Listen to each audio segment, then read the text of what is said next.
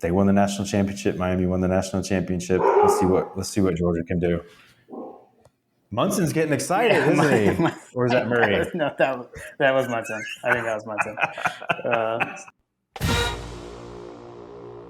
Welcome to My Gotta Podcast. I'm Jim Wood.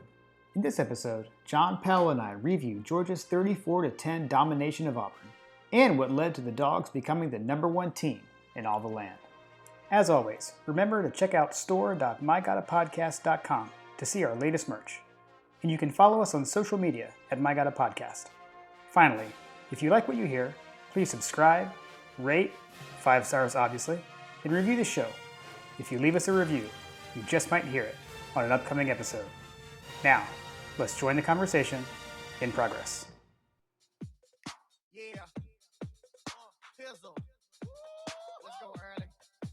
What we do? I like driving in my truck. He likes to drive in his truck. Auburn sucks. Auburn sucks. I like driving in my truck. He likes to drive in his truck. Auburn sucks. Auburn sucks. I like trucks. He likes trucks. I don't care for Auburn. He doesn't care for Auburn.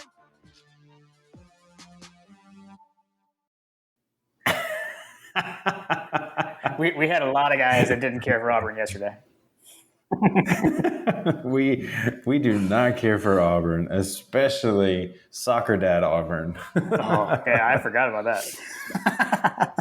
Yeah, let me tell you, I had a wonderful evening texting one of Carter's soccer dad friends that was an Auburn alumni. So, but yeah, as you can tell by the boisterous activity, we had a wonderful day yesterday, didn't we, Jim? It was awesome. Not that there wasn't any Munsoning early on. I wanted to give a shout out to John Tweets and to Hunter because this season they get to help me keep you calm, and I don't have to do it by myself. I'm just kidding. Like I wasn't freaking out too. I don't even remember. Oh, I know what it was. I had texted everybody and was asking, like, guys, has Georgia played anybody? Because all of the teams that we had beaten were getting beaten. So it's like, right. I was like, yeah, you were munsoning like before the game even started, and then Auburn goes down and scores. Takes the opening kickoff and scores on the field goal, and we're all kind of like although, like right off the bat, I do want to hit on like that should not have happened because Bo Nix fumbled. That was not intentional grounding, and I will take that to the grave. Like I will never get off that hill, but it didn't matter. Oh, for sure. Yeah, for sure. I mean, you can say that his hand was moving forward, but the only reason his hand was moving forward is because a Georgia defensive man. Honestly, I don't even remember who it was. Yeah. Maybe Adam Anderson. I can't remember, but his hand was on his hand pushing it forward. And so in my opinion, like he just dropped the ball. Yeah, totally. I agree. But I think ultimately, a lot happened, right? Like that was the first time we had trailed all season. And the team. Was it? Yeah, we had never been behind all year. Yeah. And so the team responded. Didn't know how they'd react to that. We had talked, we had our question 51-7 GATA in the preview, like how would the team handle a hostile environment? And they definitely handled it. I don't know if you saw the post-game interview with Stetson, but he did talk about that, how he talked about after the game that, he had never played in an environment like that before as a starter or actually played, right? Last year with COVID, everything being, small capacity, that it was definitely different, and he was shocked. by what it was like. So they definitely noticed, but handled it. So that was good to see. Yeah, I was gonna say, didn't Mr. Mailman play in Tuscaloosa? Right. He did. He did. But at what, like 25% capacity? So. Right. Okay, that's fair. Yeah, I think that they did pretty well. One thing that I think, and I'm curious to hear your thoughts, but I noticed at multiple points throughout the game that Bo Nix and some of the Auburn players were retreating to shelter under shade that they had on the sideline. Um, I had heard and had seen people tweeting about how hot it was there today or yesterday. I can tell you here in Georgia, in Marietta, it is deceptively warm outside. I was talking about bringing the TV outside and watching outside yesterday, but as I was preparing the ribs that I was smoking yesterday, I was like, "Yeah, no, not coming out here. It's too hot." Yeah. So I can only imagine what it must have been like for those guys over there and everybody in the stands. It's funny because my dad was telling me that it was super hot at their house, and it's funny because we watched the game outside, and it was a little chilly here in Charlotte. There was like a breeze. I actually had sweats on, so it was totally different here. That was interesting. Wow. Yeah. So but I'm jealous. No ribs. I decided I wanted to do like not have to cook anything during the game, and I had not done anything ahead of time like you did. So we went with the bean dip. Yep. We went with Panda's famous bean dip trademark, and we TM. Yeah, we did the adult Lunchables for dinner. So we did a nice the adult Lunchables charcuterie board for dinner. So that was good. All right, you had texted me, and I had to go. I actually had to go back and re-listen because I did a bad job of like writing down our predictions. So I went and found them because you said you felt like you were pretty close on the score. So a couple of things I do want to hit on. Uga biting a player in the pregame intro montage. That was one of Coach Trillbill's. Yes, that did happen. He had set the team sacks over under at 3.5. I believe I took the over and you took the under, but I didn't write it down. I did look that up. That was 4. So we had 4 sacks. So we did hit the over there. And on points scored, Trillbill's was at 30.5 and we hit the over. The other ones I didn't track. Although times Aaron Murray mentions playing against Auburn in college.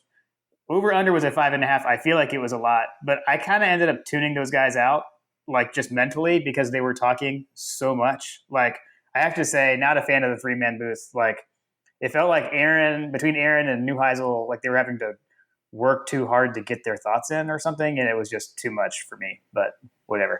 That was one of those days where I wish I had like Scott Howard on synced up to the TV, but I didn't. Listen, this one goes out to all those Gary Danielson haters that exist in the world. That was 1,000 times worse than Gary Danielson, in my opinion. Yeah. Rick Neuheisel is the worst, is the literal worst. What was the one thing he said? He called the defense the dance team dogs at one point. Like I don't even know what he was talking about. I don't even know that he knows what he was talking about. Yeah, that made no sense. Yeah, he was. Yeah, I don't know, man. He was just annoying. Yeah, he was so annoying. Okay, so on to the score though. Let's see. I took the under, which actually was correct. You went with a straight up push on the over under, but so you were pretty close. All right, so your game prediction. Well, here I'll say mine first. Mine was 28-10. Actual score 34-10. So I thought I was close, but you had 37 to 9. So you were between the two of us. We were very close. That's the closest we've been all year. So that was good. That was pretty solid. I knew it. So did my prediction went over on our score and over. Yours technically was a straight up push. Yeah. There were fewer points. Yeah, you were over on ours by 3 points. So you had 37 for Georgia, and Georgia scored 34. And then you had 9 for Auburn. They scored 10. I hit Auburn's score correctly. Now I can say like I got ours right. I just forgot to include Jack Pod's 2 field goals. That was my issue. So I got the number of touchdowns right. Nice. So, I was bummed. I was bummed that they scored an offensive touchdown. I know that was the first time, and they were pointed it out quite extensively throughout the broadcast that it was the first time in like 172 minutes of football that we had an offensive touchdown scored against us. And I think it just made our defense mad, and then they just played even harder the rest of the game. Yeah. But let the record show that touchdown was scored because you were talking trash in the middle of the game to your Auburn friends. I was talking trash. I was talking trash, but you know what? It actually worked out in my favor because it gave them false hope, Gene. Right. Okay, fair. I was able to snatch victory from their grasp. Right, that is true. All hopes that they had of walking out of Bizarro World, Alabama, were completely dashed by the defense. Yeah, for sure. I loved I believe it was our first touchdown, right? The Zamir White lining up at fullback and then taking the handoff as a fullback and going over the top of the pile. I mean, that was like straight up. That's my kind of football. Like I was like, oh my gosh, this was incredible. And like when they handed the ball, I didn't realize like who it was at first. Like I saw they handed off to the fullback went over the top, and I was like, who was that? Like, because like who lines up at fullback these days? It's usually maybe a tight end or like Jalen Carter. I was like, surely that wasn't Jalen Carter. And then when I realized it was Zeus, I was like, oh my gosh. And I tweeted that it reminded me of like the late 90s when we would have, Robert Edwards at tailback and then Olandis Gary, like another tailback, lined up at fullback. So that was awesome. Loved to see that. And it's pretty crazy to think about how well the offense functioned considering how many guys are out. Because we were missing, all the guys that we expected to be missing, right? We didn't get any surprises come back. But then on top of that, we didn't have Kenny McIntosh yesterday. We didn't have Jermaine Burton yesterday. It's like if I had known all that going in and like when we were recording the preview and everything, I feel like I definitely would have had a little bit of more muncening at least going on. But to see us function like that, and obviously no JT Daniels, it was impressive.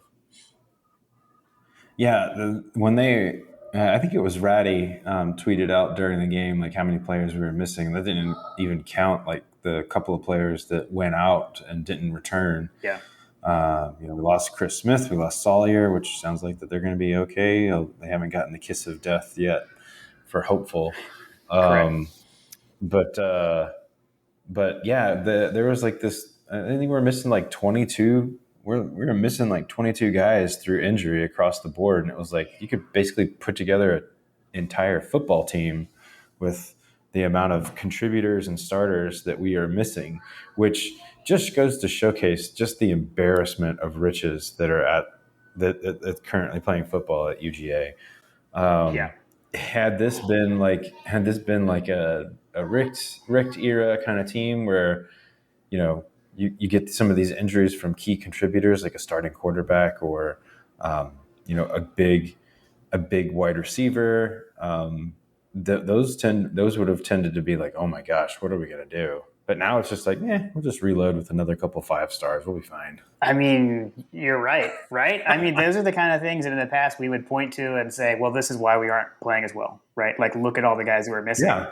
And we haven't skipped a beat. And the crazy thing about it, too, is some of the guys, many of them that we're plugging in there, into those holes are 5 stars, but we're also plugging in some 3 stars. The Kirby can't develop narrative is totally dead at this point. I mean, you've got Ladd McConkey was the leading receiver for the team in the game. He's not a 5-star. I believe he was a 3-star, right? And then on the other side of the ball, stay on that side of the ball. Stetson Bennett, right? I mean, balling out. And we need to make sure you mean the SEC's leader in quarterback rating? Stetson Bennett? Right, exactly. The mailman is back. Mailman is back. The mailman has delivered. To his credit, since we're talking about Stetson, I have to say that like there are definitely still some things that he does that bother the heck out of me, but he has developed areas that were problems last year to a high level. Like his ball placement is so much better than it was last year. I feel like last year, like that deep pass to McConkey, the pass that he threw to Washington, that was a beautiful ball. Yeah. He threw some great shots. The touchdown catch to A.D. Mitchell. he made really sound decisions throughout the game. I mean, you could certainly give him a knock on not leading the wide receivers, like the the underthrow to long McConkey, right? That was the main one. the underthrow to Yeah. McConkey, like that should have for sure been a Yeah. touchdown. Um, I think Washington even had to wait on the throw that came to him that ended up being like a pass interference. When Bowers got open between the cornerback and safety, and he hit him on the sideline, that was a great throw. Yeah. But at the same time, Bowers also had to wait on it. He literally was just standing there waiting for the Mhm. ball. So there's definitely some areas for improvement, but all things considered versus last year, everything that we were worried about with Stetson starting, and I think it was fair. It was fair for Georgia fans to Yeah. feel upset when he was announced as the starter when JT was hurt. But he has definitely proven that he deserves to be playing right now. If he's beating out Brock, he's beating out Carson. He definitely has showcased that he deserves to be the quarterback if JT Daniels is unable to go. He also, provides a bit of a spark in ways that Daniels couldn't from his mobility standpoint, being able to move. Like, he's had opportunities throughout the season. I think he took a lot of opportunities that he was given to run the ball this past week with Auburn. I think that it worries the heck out of me because the coaches believe that he puts them in the best position to win with JT being hurt. But he puts his body on the line all the time, Yeah. and he is not a large kid. I mean, he took the hit from Smoke Monday, which ended up getting Smoke ejected, but he took that hit straight on the chin. Oh yeah. And he was also scrambling towards the goal line one time, and he just got slammed. There was another time that he went on a bootleg and did a run and got hit. Like, his inclination is to initiate contact, not so much to slide. Whereas most quarterbacks would be sliding in some of the scenarios that I feel like he puts himself in. And my hope and prayer, knock on your head, Jim, is to make sure that we don't get him hurt Yeah. because he's playing lights out, and rightfully so. He's elevated every aspect of his game. Yeah, he has. And I think too, I think the decision making is a lot better. Like, there are plays around where, and not to say there's not still room for improvement on that, but he is living to see another down, right? Like, he's not, turning a bad play into a catastrophe where he thinks, oh, I can, make a huge play, and then it ends up interception or whatever. The fact that we're seeing him throw the ball away at times, right? I think that's a good thing, right? Because he's understanding, Yeah. you know what, I'll get him on the next play. That's a huge step forward for him as well. Um, It was interesting to see Knicks basically doing the opposite. So you look at Stetson not being a highly recruited player out of high school or whatever, but Knicks, I believe Knicks was. I'm not 100% positive on Auburn's recruiting, but I believe Knicks was a desirable recruit coming out of high school. But either way, he's like the senior. He's the elder statesman at Auburn for the last several years. So he was making really poor decisions. I think I texted everybody. It was like, or maybe I texted the Auburn player that Bo Nix was going to be the reason that they were going to lose this game because he was making such boneheaded mistakes. Like, he nearly threw an interception on a pass that he was trying to just throw away. Oh yeah.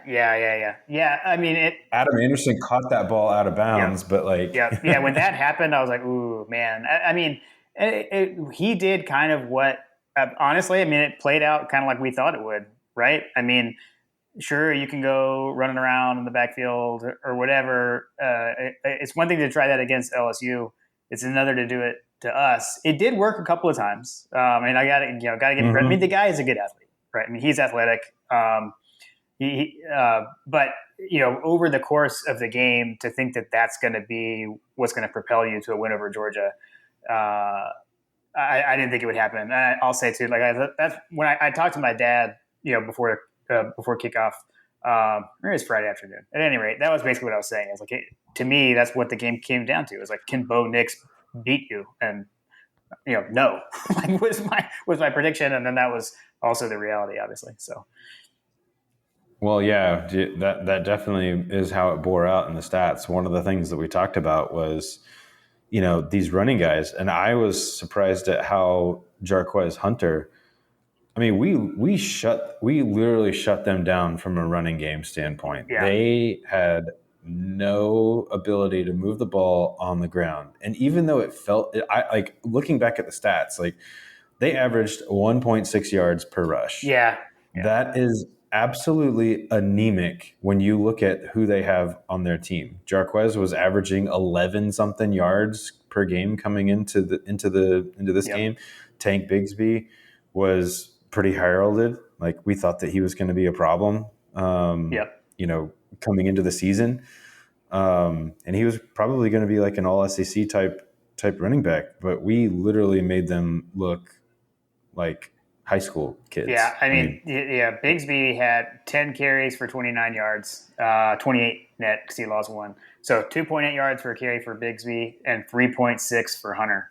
I mean, other than like the touchdown run for Bigsby, which was a great run, but other than that, they didn't really do much on the ground. I mean, and they their net was so low because they lost 46 yards on Bo Nix sacks.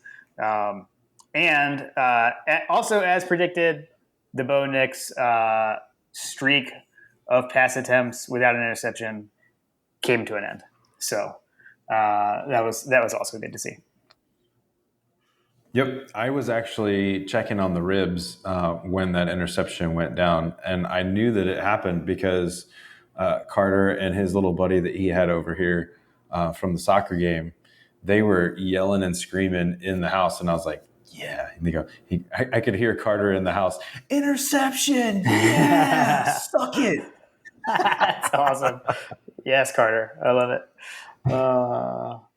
Yeah, man.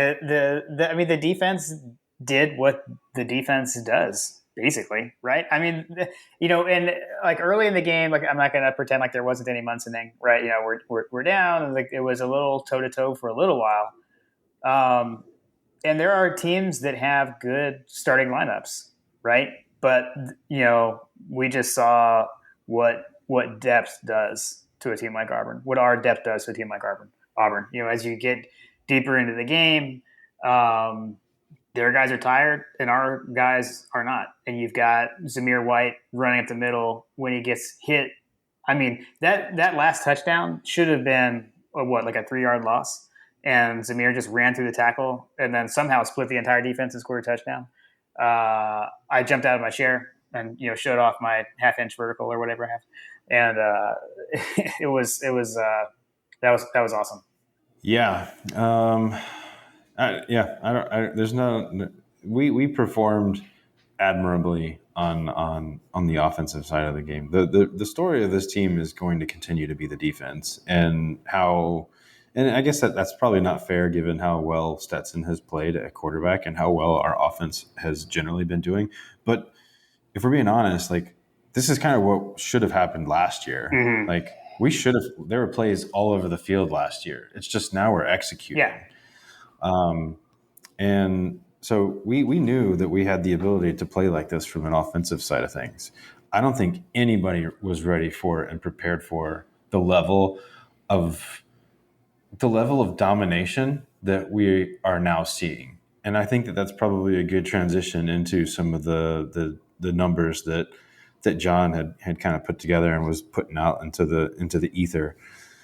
After this game, we're basically shutting every team that we've played down 23.4 points below the combined averages versus all the other opponents that we've played. So the people that we're playing are averaging almost 29 points per game, and they're averaging 5.5 points per game versus Georgia. That is just absolutely Kirby Smart's wet dream. Man, it's nasty. It is nasty. And like as far as like not seeing it coming, I mean, I had concerns, and I think a lot of people had concerns. We had concerns about the secondary, basically, right? We knew the front seven was going to be amazing, and it is. But I would say it's even better than I thought it would be. And the secondary has, completely exceeded expectations. I know, I think we had talked about this, like that we probably haven't talked about Jamal Adai enough, right? And the coaching job he's done with the secondary. And Yes. even in a game, yeah, like yesterday where Christopher Smith goes down. I mean, it was like on the first drive, right? I think he went out on the first drive and then never came back. And you've got Dan Jackson stepping in and becoming like an every down player.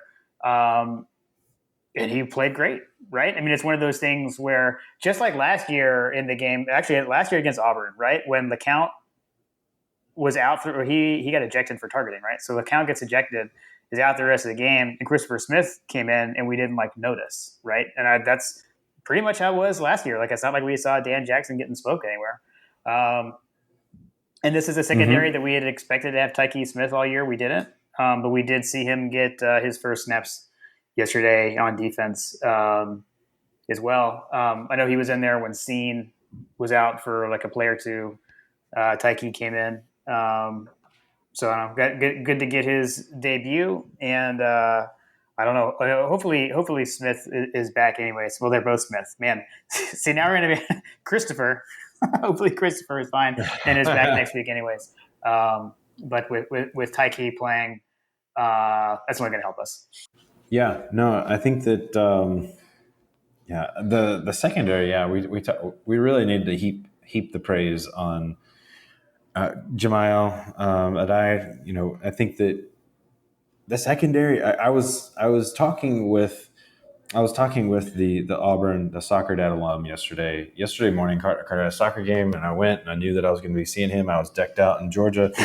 Ironically enough, he wasn't wearing any Auburn stuff, which I gave him a little bit of crap about. But his parents came, and they were decked out in Auburn. Okay. And they were asking me, they're like, "So Georgia hadn't played anybody. Are y'all worried?" And I was like, "I'm going to be honest with you guys. I don't think that this game is going to be anywhere close." I said that the point spread was probably more than fair.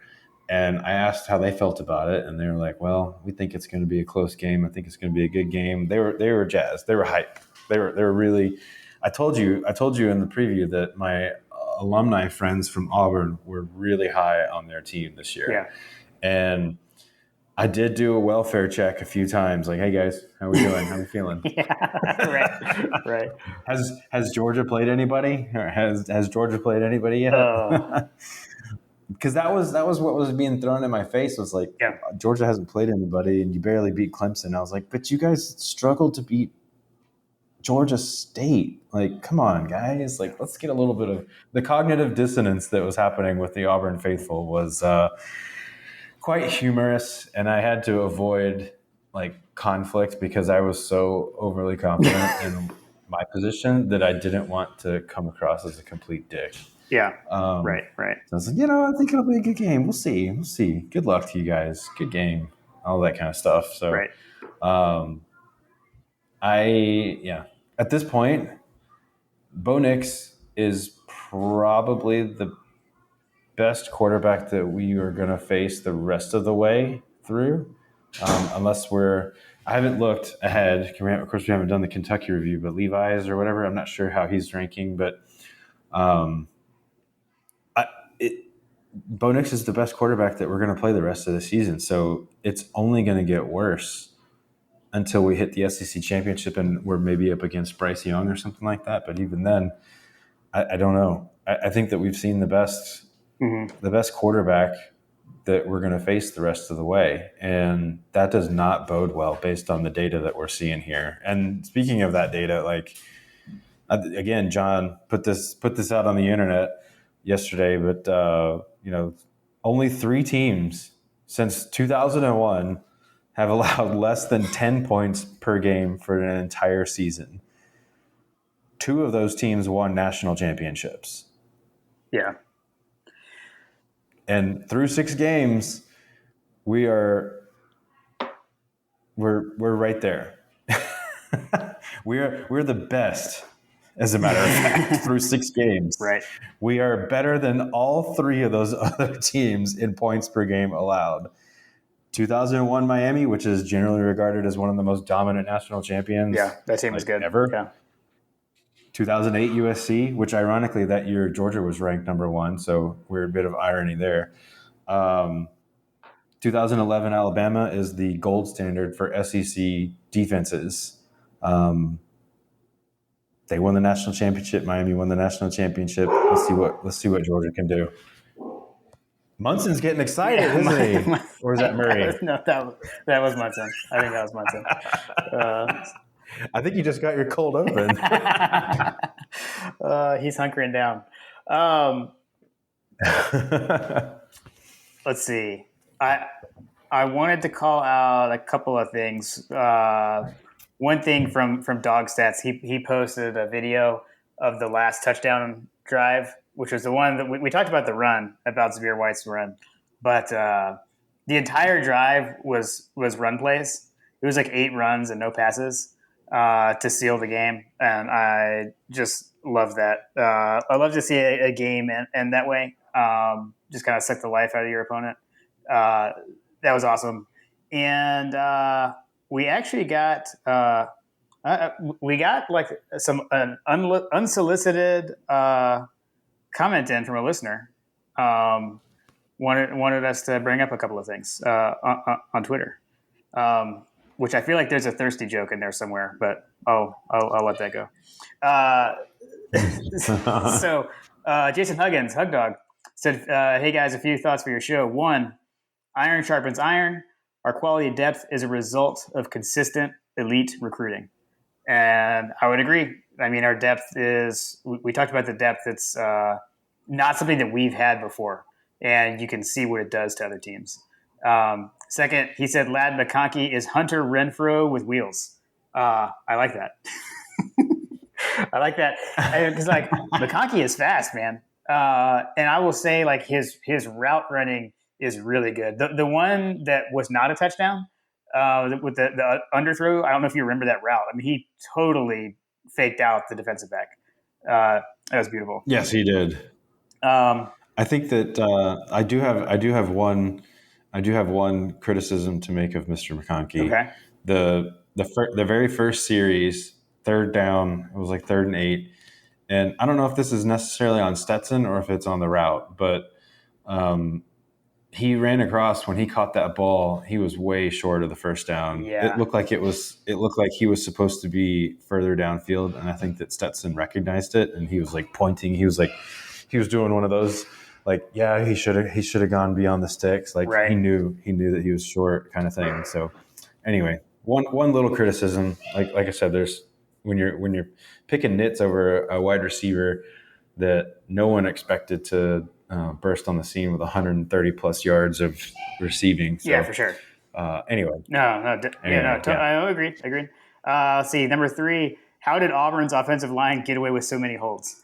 So I get. Oh my gosh! How have we not gotten this far? Because I was going absolutely bananas. Like they were literally holding on to our defenders left and right, and I was just like, that would have been a sack had the offensive lineman not been holding him back the whole way. I don't know how many times there was like the one word text from someone just holding during the game. I felt like it was primarily on Jalen Carter. Like Jalen Carter, there's no telling how many times he would have sacked Bo Nix. He was getting held. I mean, like literally every play. The one thing I'll add is like when those things are happening, and like this is where like my internal thinking goes. It's like, are we holding too? Like, are we? And when I say that, like, I hope that we are, because it's like clearly these refs are not going to call holding today. So I hope that our offensive line starts holding as well, kind of deal. And I'm always like, but we don't hold. I definitely remember there was one where we held like big time and it didn't get called. So, but that made me happy, right? Like, hey, if they're not calling it, we should take advantage of it too. I was about to say, was there a holding call at all game long? I think they did finally call Auburn on one when it was like super egregious. I think maybe I'm wrong. I don't know. Yeah, I feel like there was at least one, but yeah, but I don't know, man. I'll say in general, you just don't see it get called that much. I don't know. I definitely had texted my dad during the game, like, Auburn is very good at holding and getting away with it. Like, that was my observation, like, after their first drive, because it was the whole game. So I don't know the answer. Right. I don't know. It seems like they definitely don't call it as much. When it's that egregious, though, it was kind of crazy. And then the last one, this is the Huggins. They went to the game, so this is kind of in the stands inside. He said Stetson's ovation leaving the field was epic. So that's cool. That's good to hear. That's awesome. I think kind of flipping the narrative of the booing, which by the way didn't happen. People were saying Zeus that one game, is awesome. And Is there video? Is there video of this ovation? Because maybe I missed the that. only video, well, that's what I'm saying. This is insight from Jason being at the game, right? So in general, no. The only thing I've seen a video where he was coming up, Stetson was coming off the field, and his brothers like got his attention, and he stopped, went over and hugged his brothers, and they all took a picture together. Stetson's dad tweeted a video of that, so that's all that I've seen. But it sounds like as he was coming off, he got a big ovation from the fans, which is awesome. I love it. I mean, it's so awesome for Stetson. I mean, the kid, grew up a Georgia fan his whole life, and that was his dream. And after what happened in our game yesterday, and then after what happened last night, he's now the quarterback for the number one team in all Atlanta. So, yeah, that's one thing that Stetson can say is that he quarterbacked the University of Georgia to its first number one ranking since in the AP poll since 1980 in the regular season. 82. 82, sorry. Yeah, because what you mentioned the other one earlier, right? So we were preseason number one in 2008, but then we were already not number one after week one. That's the way I remember it. So yeah, which is just BS because we were undefeated. Exactly. We didn't get any of that Alabama respect. That's for sure. Right, seriously. USC jumped us after week one, basically. Which I guess, in retrospect, looking at their defensive numbers, I guess that must have been why. Well, I think we beat Georgia State. We beat Georgia Southern in game one that year or something, but whatever. Anyways, go ahead. You were about to segue, and I was about to go to the same spot. I've got the number one Athens Creature Comforts beer that I ever drank was Tropicalia. So I've got number one Creature Comforts going on right now. Nice. So we're recording Sunday afternoon. It is now official. We are the number one team in the nation after Alabama lost. It was getting to the point during that game where I was starting to wonder, man, even if they don't lose, we might be number one. But A&M held them off, and it didn't matter. I still can't believe it. Like the whole game, I fully expected Alabama to come back and win, and they certainly could have. And at this point, I'm kind of surprised they didn't. Because Texas A&M's offense was anemic in the second half until right at the end. Full transparency. I think we were texting at some point sometime in the first half, I believe, and Alabama was losing, but they very clearly looked like they were going to come back, and we were all doing the same thing. Hey, let me tell you a story about beating Alabama at halftime.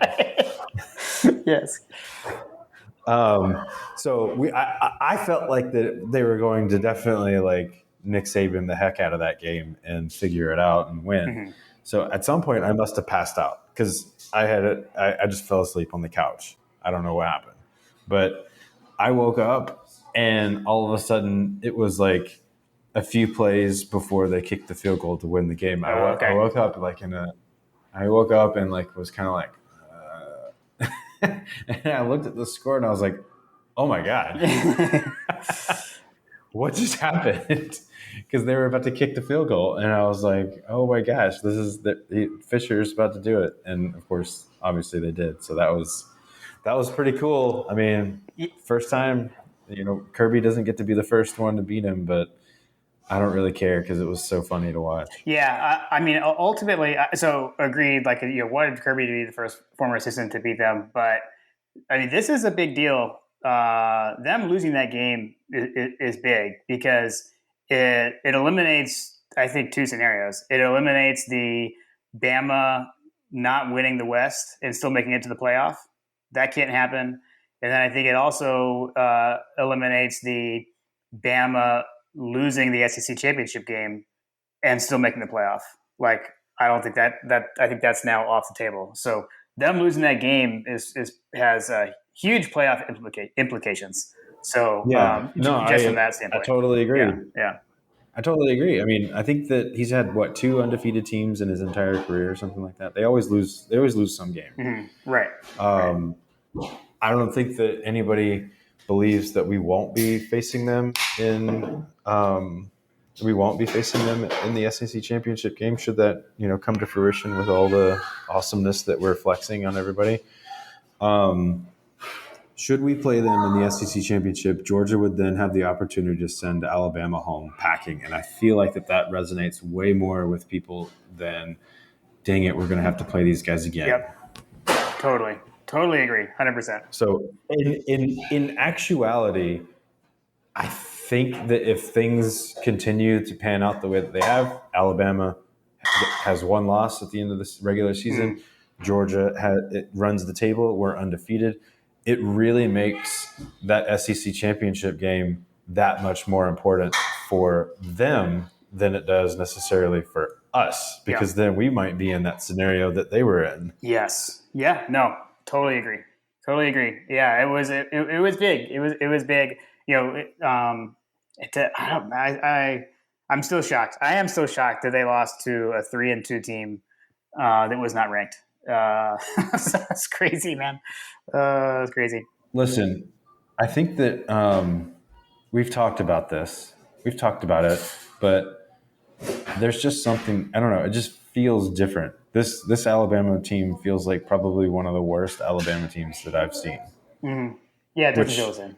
I guess is saying something, but like not saying something at the same time, because it's like, okay, they lost 1 game, but they're still beating everybody. I guess the only time will tell, see how they play against the rest of the SEC West. But like, do we really see them losing any other games to the SEC West or any SEC games, period?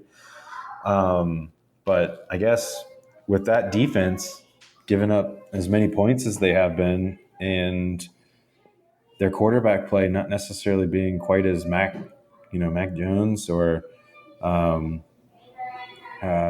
McCarron, or he just doesn't feel. Bryce doesn't feel like the past Alabama quarterbacks that can get the job done. Yeah, there, I said it. Yeah. Well, and it's to me, it's the defense. Like, I'm amazed by what their defense is giving up. It's crazy. I don't want to get too ahead of ourselves, but again, definitely relevant, right? I mean, put us at number 1, so we'll have number 1 team. Another. You know what? I have not looked at. Do you know what is Kentucky ranked in the new AP poll? Do you know? Because I know we've got game day coming. Okay, so we got game day coming. We got SEC Nation also coming. For what, another top 10 showdown? I thought that they were like. Okay, Kentucky is number 11 in the AP poll. So almost a top 10 showdown. Almost a top 10. Almost the top 10. What's interesting about that, though, is game day is coming to town and SEC Nation is coming to town. Yeah. Although we should probably talk about for Kentucky. Yeah, we'll talk about that next week. We'll talk about that when we preview Kentucky. The last thing I wanted to bring up, because I thought it was funny, was like, I yesterday simultaneously had my wife Kim, telling me, "Oh my gosh, you got to rewind the TV. That should be a GIF." So I had that happen with Jalen Carter, like dancing on the ground, doing his little dance, and then within like 5 minutes, I had you texting me, "Oh my gosh, Kirby clapping! That's a GIF. We got to GIF that." So it's like the two of you saying that to me was pretty funny, and it was literally within, I don't know, 5 to 10 minutes of each other. There were definitely some good Kirby gifs. I think there's one gif of when Nakobe Dean had the penalty where he threw the guy on the ground after the whistle, and he was like, calm down. Right. He was telling everybody to calm down, but he was like waving his arms like an angel or something. But yeah, that was another gift that I'm gonna have to go back and try to grab. But yeah, my internet was messing up. That's why I was messaging you, because you usually have the game downloaded faster than I do. Right.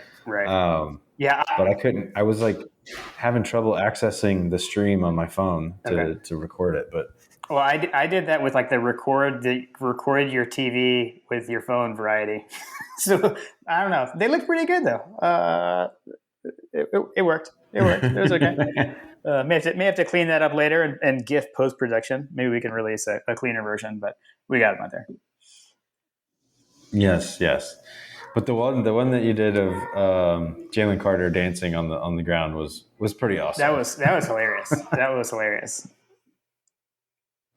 I wonder if he knows. Do you think that they know? Do the players know that they got gift? I think that's a good question.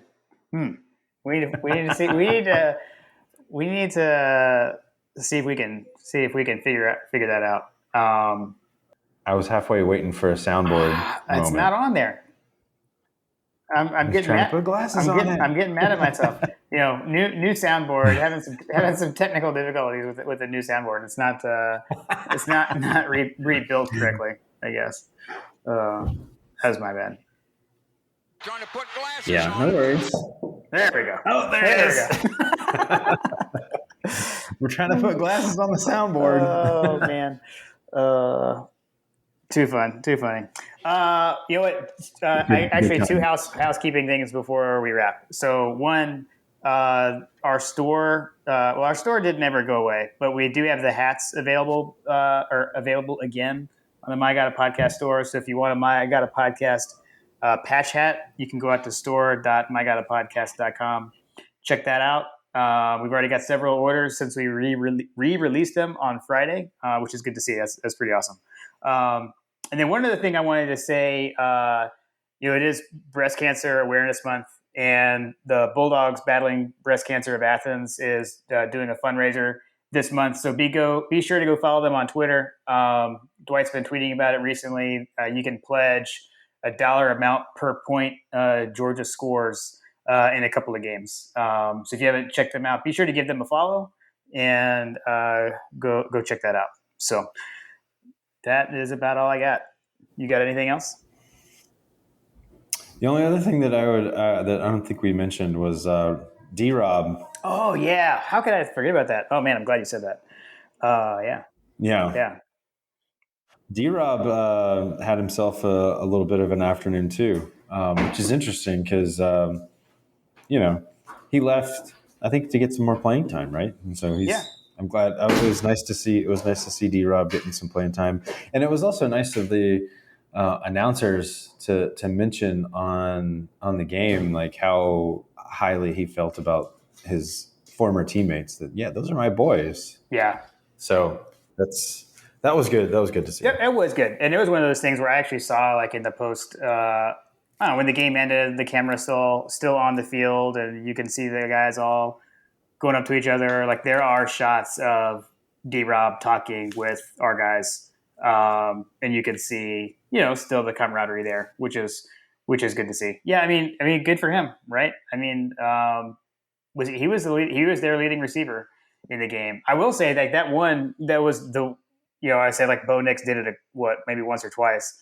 That was a nice play, that long throw to D-Rob, and it was a great catch. It was frustrating when it happened. But he did. He played well. He was the primary target. He had 10 targets. So yeah, definitely weird. He was surreal, right? With all the injuries that we've had at receiver, but we'll talk about that this week for sure, because I am starting to get curious when we'll start to see some of those guys come back. So. D-Rob. So D-Rob, obviously, great story. The pass catch that you mentioned over Keely Ringo, and I put this out to our data expert, John, and maybe Josh or someone can clarify or at least point me in the direction of where I might be able to find this info. But I'm fairly confident that was probably one of the one or two receptions that Keely Ringo has had all season long. I don't think that anybody has caught any passes from him because as we all know, Keely Ringo is the island that wide receivers go to die. Yeah. Yeah, no, that's a good question. I don't know the answer to that. We'll have to figure that one out as well. Which is funny because he actually defended that ball really well. Like it was basically just a perfectly thrown ball. Yeah, that was the best play Auburn had, or it was certainly the prettiest play. It was a beautiful throw and a really good catch by D-Rob. It was kind of one of those. Well, you just got to tip your cap, you know. Yeah, exactly. Yeah. Let's see. Other than that, I don't think I have any other things that I was going to talk about that I can recall. Okay. Yeah, no, I think we're good. We got through everything that I had jotted down for sure. So it was a great installment of the Deep South's oldest rivalry. It was a great day. Georgia won. The Braves won, and then Bama lost and Braves won. sent us to the top of the AP poll. So it was a good day. How did Florida do? They beat Vanderbilt. They beat up on Vanderbilt. Did they shut Vanderbilt out? 42-0. Maybe. I think they did actually. I told you. Let me be on your podcast. 42-0. So they also got a donut. Yeah.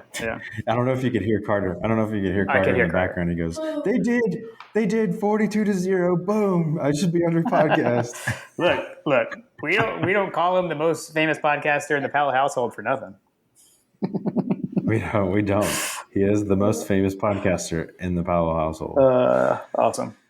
All right, man. Well, we'll be back soon. Get to talk about it all again and preview the almost top 10 showdown with Kentucky. The almost top 10 showdown. Yep. Here we go. Go Dogs. Go Dogs.